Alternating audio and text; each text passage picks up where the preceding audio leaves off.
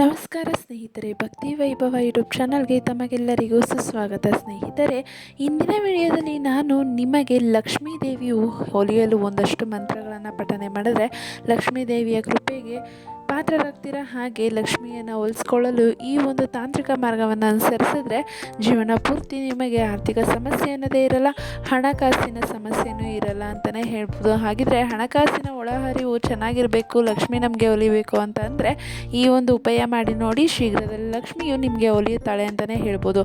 ಹಾಗಿದ್ರೆ ಏನು ಉಪಾಯ, ಹೇಗೆ ಲಕ್ಷ್ಮಿಯನ್ನು ಒಲಿಸ್ಕೊಳ್ಳೋದು ಅಂತ ವಿಡಿಯೋ ಮೂಲಕ ತಿಳ್ಕೊಳ್ಳೋದಕ್ಕಿಂತ ಮುಂಚೆ ದಯವಿಟ್ಟು ಚಾನಲನ್ನು ಸಬ್ಸ್ಕ್ರೈಬ್ ಮಾಡ್ಕೊಳ್ಳಿ. ಹಾಗೆ ವಿಡಿಯೋ ಇಷ್ಟ ಆಯಿತು ಅಂದರೆ ವಿಡಿಯೋಗೆ ಲೈಕ್ ಮಾಡಿ, ಶೇರ್ ಮಾಡಿ, ಕಮೆಂಟ್ ಮಾಡಿ.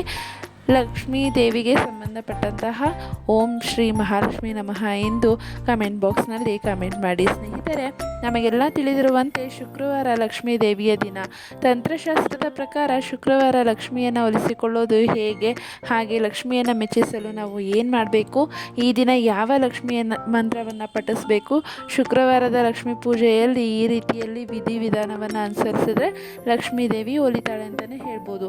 ಹಾಗಿದ್ರೆ ಶುಕ್ರವಾರವನ್ನು ಲಕ್ಷ್ಮೀ ದೇವಿಗೆ ಅರ್ಪಿಸಲಾಗಿದೆ. ಈ ದಿನ ಪ್ರತಿಯೊಬ್ಬರು ಲಕ್ಷ್ಮೀ ದೇವಿಯನ್ನು ಪೂಜಿಸುತ್ತಾರೆ, ಏಕೆಂದರೆ ಅವಳಿಲ್ಲದೆ ಜೀವನ ದೋಣಿ ದಾಟಲು ಸಾಧ್ಯವಿಲ್ಲ. ಶುಕ್ರವಾರ ಲಕ್ಷ್ಮೀ ದೇವಿಯನ್ನು ಪೂಜಿಸೋದ್ರಿಂದ ಹಣ, ಸಂಪತ್ತು, ವೈಭವ, ಸಮೃದ್ಧಿ ದೊರೆಯುವುದು ಎನ್ನುವ ನಂಬಿಕೆ ಇದೆ. ತಾಯಿ ಲಕ್ಷ್ಮಿಯನ್ನು ಸಂಪತ್ತಿನ ದೇವತೆ ಎಂದು ಕೂಡ ಕರೀತಾರೆ. ಆದರೆ ಅವಳು ಕಮಲದ ಹೂವಿನ ಮೇಲೆ ಕುಳಿತುಕೊಳ್ಳುವ ವಿಷ್ಣುವಿನ ಪ್ರೀತಿಯ ಹೆಂಡತಿ. ಹಾಗೆ ತಾಯಿ ಲಕ್ಷ್ಮಿಯ ರೂಪವು ತುಂಬ ಆಕರ್ಷಕವಾಗಿದೆ. ಅವಳು ಸಂಪತ್ತು ಮತ್ತು ಸಮೃದ್ಧಿಯ ದೇವತೆ ಅಂತಲೇ ಹೇಳ್ಬೋದು. ಲಕ್ಷ್ಮಿ ಎಂದರೆ ಅಕ್ಷರಶಃ ಸಂಪತ್ತು ಎಂದರ್ಥ.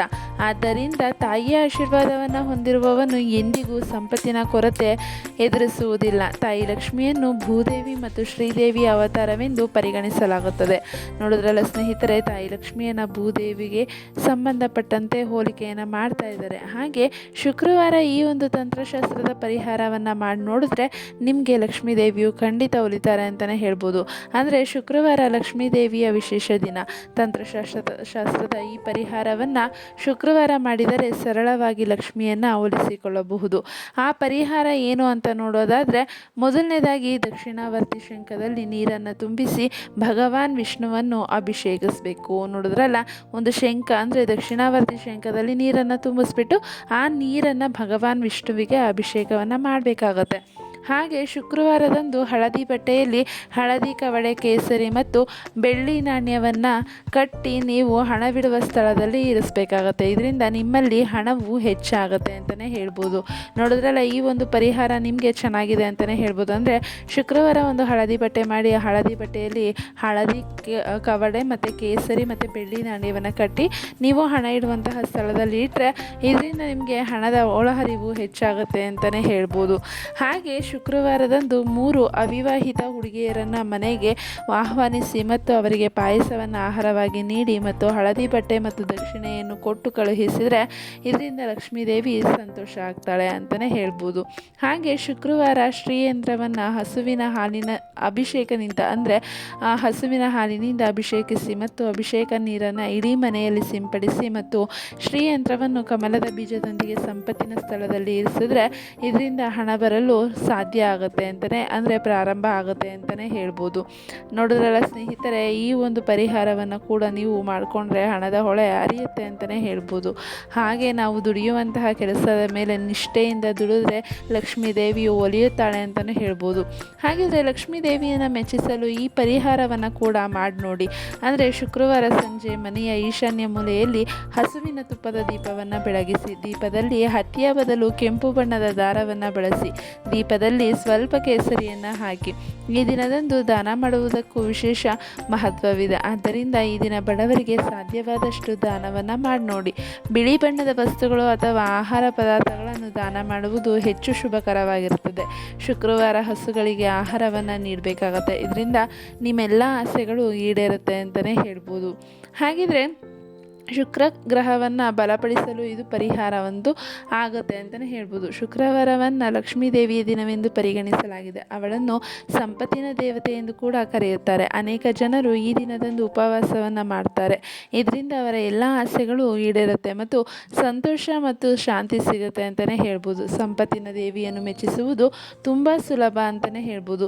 ಜನ್ಮ ಪಟ್ಟಿಯಲ್ಲಿ ಶುಕ್ರ ತನ್ನ ದಿಶೆಯಲ್ಲಿ ದುರುದ್ದೇಶಪೂರಿತ ಫಲಿತಾಂಶಗಳನ್ನು ನೀಡುತ್ತಿದ್ದರೆ ನಂತರ ಯಾವುದೇ ದೇವಸ್ಥಾನಕ್ಕೆ ಹೋಗಿ ಹಸುವಿನ ಶುದ್ಧ ತುಪ್ಪವನ್ನು ದಾನ ಮಾಡಿ. ಇದರಿಂದ ಕುಂಡಲಿಯಲ್ಲಿನ ಶುಕ್ರನ ಸ್ಥಾನ ಬಲಗೊಳ್ಳುತ್ತೆ ಅಂತಲೇ ಹೇಳ್ಬೋದು.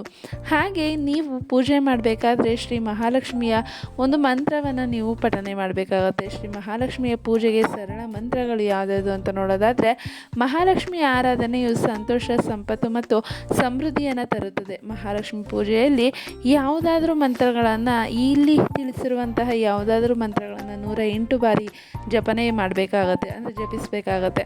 ಮಹಾಲಕ್ಷ್ಮಿ ಪೂಜೆಗೆ ಒಂದು 2 ಸರಳ ಮಂತ್ರಗಳನ್ನು ನಾವು ಕೊಡ್ತಾ ಇದ್ದೀವಿ, ಅಂದರೆ ಅವುಗಳ ಉಚ್ಚಾರಣೆ ಕೂಡ ಸುಲಭವಾಗಿದೆ. ಮಹಾಲಕ್ಷ್ಮಿಯ ಸಂತೋಷಕ್ಕಾಗಿ ಈ ಮಂತ್ರಗಳನ್ನು ನೀವು ಪ್ರತಿದಿನ ಜಪಿಸ್ಬೋದು ಅಂತಲೇ ಹೇಳ್ಬೋದು.